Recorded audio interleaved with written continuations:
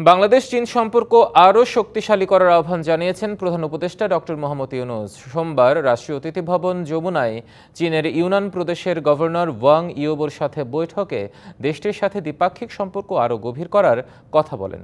প্রধান উপদেষ্টা তার সাম্প্রতিক চীন সফরের কথা স্মরণ করে এটিকে দুই দেশের সম্পর্কের ক্ষেত্রে একটি গুরুত্বপূর্ণ মোড় হিসেবে বর্ণনা করেছেন। তিনি চীনের উষ্ণ আতিথেয়তার জন্য প্রশংসা করেছেন এবং দুই দেশের মধ্যে সম্পর্ক জোরদার করার বিষয়ে প্রেসিডেন্ট শি জিনপিংয়ের উৎসাহব্যঞ্জক বক্তব্যের জন্য তার প্রতি কৃতজ্ঞতা প্রকাশ করেন। আলোচনায় দুই দেশের মধ্যে যুব বিনিময়, স্বাস্থ্যসেবা সহযোগিতা, শিক্ষা এবং বাণিজ্য সহ বিভিন্ন সহযোগিতামূলক উদ্যোগ নিয়ে আলোচনা হয়েছে।